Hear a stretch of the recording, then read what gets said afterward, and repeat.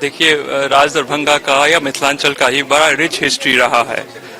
Specially हमारे family का, चाहे कुछ भी हो, स्वतंत्रता संग्राम हो या शिक्षा में हो या एडमिनिस्ट्रेशन में हो या इंफ्रास्ट्रक्चर में हो, नेशन बिल्डिंग में हो, हम लोग का बहुत बड़ा योगदान रहा है। चाहे कभी क्राइसिस हो नेशन में, तो we always used to be the front में आते थे हम लोग। जैसे 62 में चीन की इंडो चीन लड़ाई हुई थी, तो हम लोगों ने 15 मन सोना भारत सरकार को डोनेट किया है। तो बहुत बड़ी मतलब हिस्ट्री रहा है हमारा।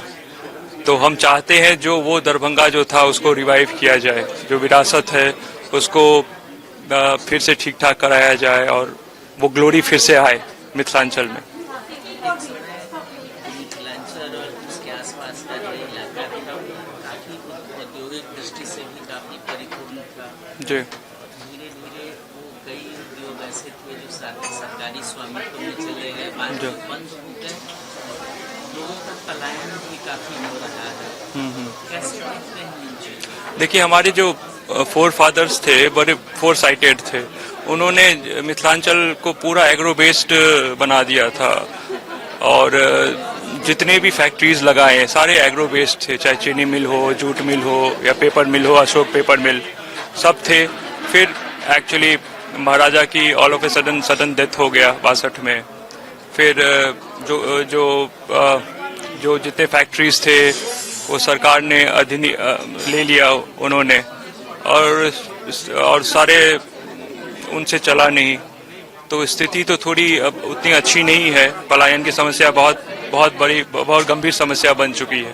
पहले वहाँ से लोग, बाहर से लोग आते थे, अभी दरभंगा जाइएगा तो अभी भी देखिएगा सिंधी टोला है, सिंधी रहते थे, या बंगाली टोला है, वो आए वहाँ पे। Marwaris, they came and they had a flourishing business there. But अभी उल्टा हो गया है, सबको रोजगार के लिए बाहर जाना पड़ता है। इसके लिए तो सबको सोचना पड़ेगा। शिक्षा के क्षेत्र में भी एक प्रमुख केंद्र रहा है, शैक्षणिक संस्थानों को आगे बढ़ाने में काफी मदद, लेकिन उनकी स्थिति भी आज ठीक नहीं है जो आपके परिवार द्वारा है। आप इस विरासत को आगे बढ़ाने में कैसे इन चीजों को, संस्कृति, शिक्षा और उससे जुड़ी चीजों को किस तरह से आगे बढ़ाने की संकल्प है? देखिए, वो तो सरकार से बात करनी पड़ेगी। जो हम लोगों ने डोनेट किया और जो अच्छी तरह से नहीं चल रही है, तो उसको तो सरकार से मिलके बैठ के ही कुछ निदान किया जा सकता है। और जैसे हम लोग, जैसे हमारा दरभंगा घराना कल्चरली भी बहुत रिच था। जैसे ध्रुपद धमार, जो ध्रुपद के जो थे, जो दरभंगा घराना से ही निकला था, तो हम उसको चाहते हैं उसको भी रिवाइव किया जाए। मैं चाहता हूँ एक स्कूल हो, दरभंगा घराना का एक स्कूल हो वहाँ, जिसमें बच्चे पढ़े, और मैं सोच रहा हूँ वो खोलने का, और मिथिला भाषा को भी प्रमोट किया जाए। जी। दरभंगा राज्य के इतिहास और 26 परगनों की कहानी काफी इसका रिच इतिहास रहा है। जरा अगर इसके बारे में बता सके और कैसे आज की परिस्थिति में इसको लेके आएंगे।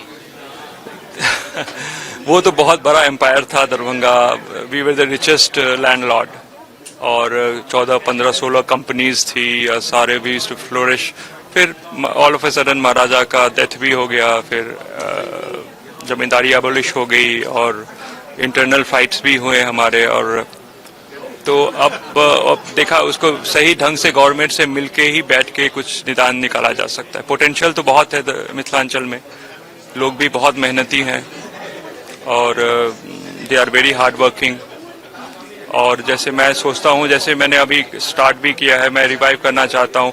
जैसे टूरिज्म एक बहुत बड़ी इंडस्ट्री बन सकती है, सब जगह है। जैसे राजस्थान में आप देखेंगे अभी भी कितने सारे रॉयल्टीज आए हैं हमारे यहाँ। सब ने अपने जो ठिकाना है, जो हवेली है, जो फोर्ट्स हैं, उसको सबको होटल्स में, बुटीक होटल्स में कन्वर्ट कर दिया है, जिससे बहुत रोजगार मिली है। मैं मंडावा के भी आए थे, तो उन्होंने भी शुरू किया। जब मैं मंडावा के किला से बाहर निकला, तो मैंने देखा जो कितने जो हैं, वो कोई फ्रेंच सीख के बैठा हुआ है, कोई जर्मन सीख के बैठा हुआ है, सबको रोजगार मिल रही है। बहुत छोटा सा है मंडावा। तो वहाँ हमारा तो जो मिथिलांचल इट्स वेरी वास्ट।